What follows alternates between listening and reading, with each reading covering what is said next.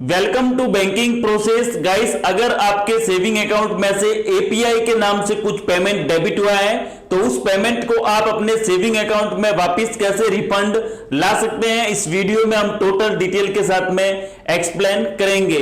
लेकिन गाइस, जो भी हमारे अकाउंट में से पेमेंट डेबिट हुआ है उस पेमेंट को रिफंड लेने से पहले या फिर हमारी जो भी एपीआई स्कीम है उसको डीएक्टिवेट करने से पहले हमें देखना होगा कि आखिर हमारा पेमेंट है वो क्यों डेबिट हुआ है, किस लिए डेबिट हुआ है, क्या इस पेमेंट से हमें इन फ्यूचर कोई बेनिफिट होने वाला है या फिर ऐसे ही बैंक हमारे अकाउंट से कुछ रुपए है वो डेबिट कर रहा है। तो गाइस, टोटल इंफॉर्मेशन इस वीडियो में देखेंगे और जरूरत पड़े तो आप उस अकाउंट को क्लोज भी करा सकते हैं, तो वो भी डिटेल इस वीडियो में कंप्लीट गाइड करने वाले हैं। तो वीडियो को आप एंड तक देखते रहिए और अगर आप हमारे चैनल पर नए हैं तो आप चैनल को सब्सक्राइब करके बेल आइकन को प्रेस करें ताकि आपको नेक्स्ट वीडियो की इंफॉर्मेशन सबसे पहले मिल पाए। तो गाइस, वीडियो के साइड में आप देख सकते हैं ये हमारे सेविंग अकाउंट का स्टेटमेंट है और रिसेंटली हमारे सेविंग अकाउंट में से 70 रुपीज है वो डेबिट हो चुके हैं। आप देख सकते हैं क्लियरली मेंशन है एपीवाई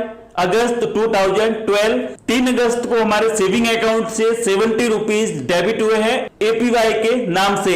तो गाइस, एपीवाई एक स्कीम है, अटल पेंशन योजना। ये एक पेंशन की स्कीम है जो एनएसडीएल ई गवर्नमेंट की तरफ से लागू की गई थी और ये कुछ अकाउंट होल्डर को डायरेक्टली स्कीम मिल रही है और उसके तहत उनके सेविंग अकाउंट से कुछ रुपए है वो ऑटोमेटिकली डेबिट हो रहे हैं। जैसा कि हमारे केस में 70 रुपीज डेबिट हुए हैं तो आपके इससे ज्यादा या फिर कम रुपए भी डेबिट होते हैं। ये एज के ऊपर डिपेंड करता है एंड एज के अकॉर्डिंग आपका पेमेंट है वो आपके सेविंग अकाउंट से डेबिट कर लिया जा रहा है। लेकिन आपने तो कोई एपीवाई का कोई फॉर्म ना भरा या फिर एपीवाई के लिए आपने अप्लाई नहीं किया, फिर भी आपके सेविंग अकाउंट से पेमेंट क्यों डेबिट हुआ है?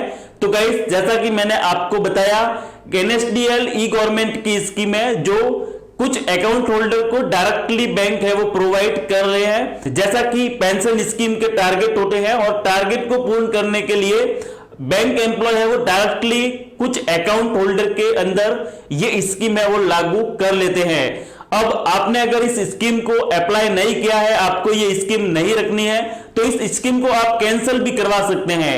लेकिन यहां पर मेरा सजेशन है कि अगर आप कोई और पेंशन स्कीम में इन्वेस्ट नहीं कर रहे हैं तो फ्यूचर के लिए आपका बेनिफिट ही है, क्योंकि जो भी आपकी रिटायरमेंट एज होगी उसके अकॉर्डिंग जो भी आपका इन्वेस्टमेंट अमाउंट होगा वो आपको मिलेगा एंड जो भी आपकी एलिजिबिलिटी आपने जो भी इन्वेस्ट किया है उसके अकॉर्डिंग आपकी मंथली पेंशन भी अपने सेविंग अकाउंट में क्रेडिट होती रहेगी। आपको यहां पर कोई भी कंफ्यूजन वाली या फिर कोई भी रिस्क वाली बात नहीं है। एपीवाई अटल पेंशन योजना एनएसडीएल ई गवर्नमेंट की तरफ से चलाई जाती है और पेंशन स्कीम जितनी भी होती है हमारे इंडिया में उसको रेगुलेट करने वाले भी है। तो आपको यहां पर कोई भी रिस्क आपका बिल्कुल भी नहीं है, आप इसको लागू भी रख सकते हैं और आपको ये बंद करवाना है तो आप बंद भी करवा सकते हैं। तो गाइस, ये तो होगी हमारे एपीवाई स्कीम की बात कि हमारे सेविंग अकाउंट से पेमेंट है वो क्यों डेबिट हुआ है। अब आपको ये स्कीम नहीं रखनी है, आप मंथली इन्वेस्ट नहीं कर पा रहे हैं या फिर आपको अपनी मर्जी से इन्वेस्ट ही नहीं करना है, तो इस स्कीम को क्लोज करा के आप अपने फंड को रिफंड भी ले सकते हैं। जी हाँ गाइस, स्कीम को क्लोज करा के आप अपना जो भी फंड आपका डेबिट हुआ है प्रीवियस में, जो आपको बिना बताए आपके अकाउंट पर स्कीम लागू की है, उस स्कीम का पूरा पेमेंट आप रिफंड के तौर पर अपने सेविंग अकाउंट में रिसीव कर सकते हैं। ज्यादातर गाइस ये स्कीम है वो एसबीआई अकाउंट होल्डर पर लगाई जा रही है। बाकी आपके जितने भी शेड्यूल्ड कॉमर्शियल बैंक है उन बैंक में अगर आपका अकाउंट है तो वहां पर भी कुछ अकाउंट होल्डर को ये सर्विसेज देखने को मिली है जिनका यहाँ पर ऑटोमेटिकली पेमेंट है वो डेबिट किया जा रहा है। तो गाइस, नॉर्मली आप इसको क्लोज करा सकते हैं, कोई भी कंफ्यूजिंग वाली बात नहीं है, ना ही आपको यहाँ पर कोई भी ज्यादा फॉर्म फिल करने की जरूरत है। ओनली फॉर आपको यहाँ पर एक ब्रांच विजिट तो करना होगा, लेकिन उससे पहले आपको एक फॉर्म फिल करना होगा।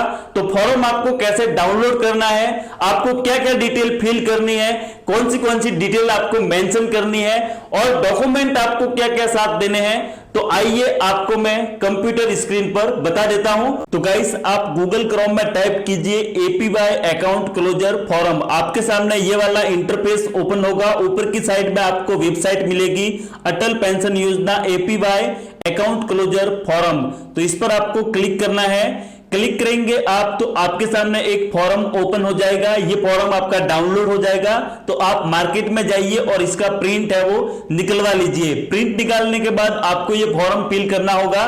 तो सिंपली फॉर्म फिल करने के लिए आप अपने पास में अपने डॉक्यूमेंट है वो लेके बैठ जाइए।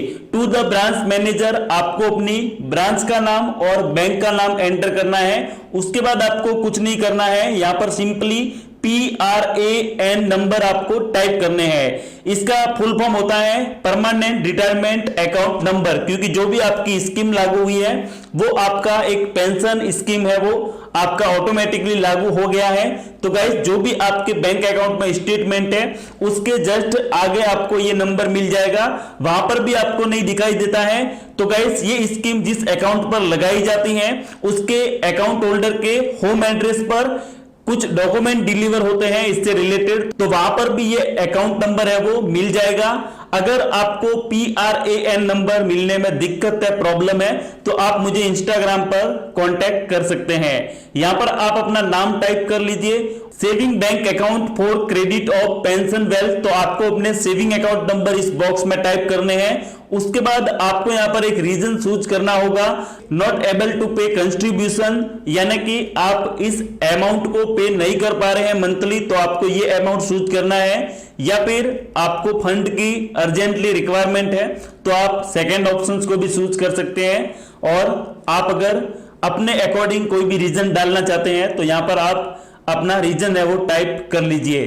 तो सबसे पहले वाला ऑप्शन सही रहता है, तो इसको ही आप टिक कर लीजिए। उसके बाद गाइस, आपको यहां पर अपना सिग्नेचर करना है। उसके बाद आपको अपनी यहां पर डेट लिखनी है। यहां पर याद रखिए, ये डेट आपको वो डालनी है जिस दिन आप ब्रांच विजिट करेंगे। पहले से आपको डेट मेंशन नहीं करनी है, तो डेट वही डाले जिस दिन आप ब्रांच में विजिट करने जाएंगे। यहां पर आप अपना सिग्नेचर करेंगे।